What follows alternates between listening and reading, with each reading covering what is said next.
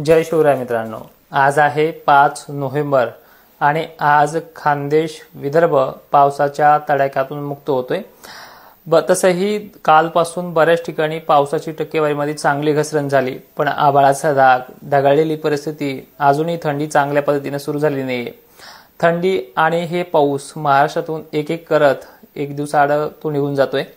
तर सगळ्यात अगोदर बघूयात कुठल्या भागातनं आज 5 नोव्हेंबरला जे काही बारीक सारीक कमी होण्याचे तोडे पडले होते काल, अशा पद्धत सुद्धा बंद होणार आहे। आज 5 नोव्हेंबरला खानदेशच्या सर्व जिल्ह्यांची आणि विदर्भाच्या सर्व जिल्ह्यातील, मराठवाड्यातल्या छत्रपती संभाजीनगर, जालना आणि हिंगोलीचा समावेश देखील त्याच्यामध्ये येतो आहे की आज संध्याकाळी 5 नोव्हेंबरला तो पाऊस जातो आहे। मात्र मराठवाड्यातल्या काही 4-5 भागांमध्ये आजच्या दिवस वातावरणाचा प्रभाव अडकून आहे। खराब वातावरण देखील आहे। कुठे मोठे का होईना या भागांमध्ये पाऊस होणार आहे। तर त्या जिल्ह्यांची आणि दक्षिण महाराष्ट्रात कुठे वातावरण खराब राहील या भागांची माहिती घेऊयात। त्यात पुन्हा थंडीची लेवल देखील काही ठिकाणी आता थोडे का होईना अंश पारा घसरत आहे, त्यामुळे वाढताना देखील दिसत आहे। त्याबद्दलही जाणून घेऊयात। तसंही ही माहिती आपण ऑलरेडी प्रत्येक व्हिडिओमध्ये दिलेली आहेच।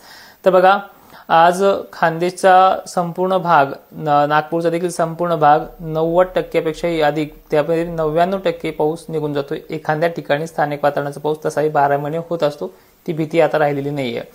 मराठवाड्यामध्ये नांदेडच्या दक्षिण भागामध्ये, परभणी मध्ये आणि लातूर, धाराशिव, बीड पट्ट्यामध्ये कुठे मोठे स्थानिक वातावरणाचा पाऊस दुपारनंतर ऍक्टिव्ह राहू शकतो, कुठे मोठे तरी, ठीक आहे। त्यामुळे त्यांना आजची तारीख नाही, उद्याची 6 तारीख आहे, 5 आणि 6 ला पाऊस जाईल असं वारंवार आठवड्यापासून सांगितलेलं आहे। त्यानंतर दक्षिण महाराष्ट्र म्हणजे सांगली, सोलापूर, कोल्हापूर, पुणे आणि धाराशिवच्या काही मोजक्या भागांमध्ये 7 तारखेला परवाच्या दिवशी सुद्धा आभाळ येईल, थोडेफार शितोडे पडतील, मोठी घाई नाहीये। मात्र एकंदरीत खानदेश आणि विदर्भ 5 तारखेला म्हणजे आजच्या दिवशी संध्याकाळी मुक्त होतोय। मराठवाडा 6 तारखेला म्हणजे उद्या मुक्त होते आणि 7 तारखेला थोडेफार 2-4 जिल्हे आहेत ते मुक्त होतात। एकंदरीत ह्या 2 दिवसामध्ये महाराष्ट्रातला सगळा पाऊस निघून जातोय। आता थंडीबद्दल जाणून घेऊयात।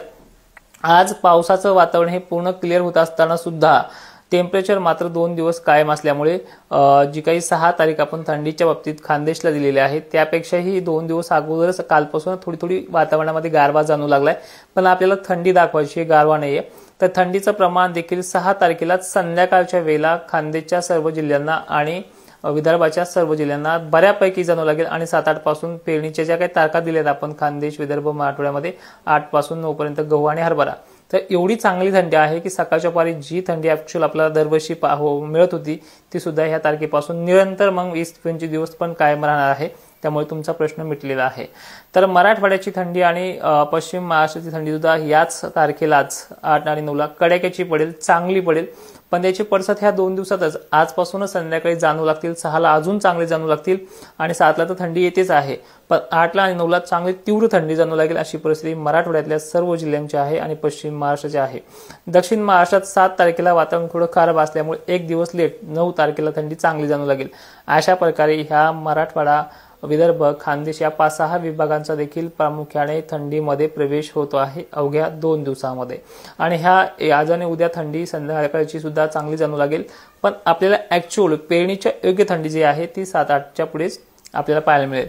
थंडी जी सुरू झाली की ती परत आता अशी बंद पडणार नाही, मस्तपैकी चांगली सकाळ संध्याकाळ ती जाणू लागेल। त्यामुळे निश्चिंत राहा, कुठल्याही प्रकारचा बाधा महाराष्ट्रात नाहीये। 21 नोव्हेंबर आणि 25 नोव्हेंबरला वातावरण खराब होणार आहे, याची पूर्वकल्पना आपण अगोदर दिलेली। पण ज्यावेळेस थंडी तीव्र जाणू लागते त्यावेळेस मोठ्या पावसाचे संकेत हे कमी असू शकतात, त्यामुळे त्या वातावरणाला घाबरले जाऊ नका।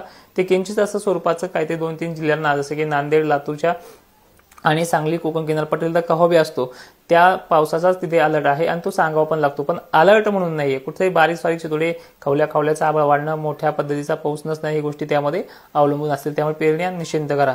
आता वळूयात मोठ्या आणि महत्त्वाच्या मुद्द्याकडे। मित्रांनो, आपले जे काही व्हिडिओ आहेत ते फेसबुक, इंस्टा, यूट्यूब यावरती निरंतर चालू राहणार आहे, त्याबद्दल काहीही विषय नाहीये।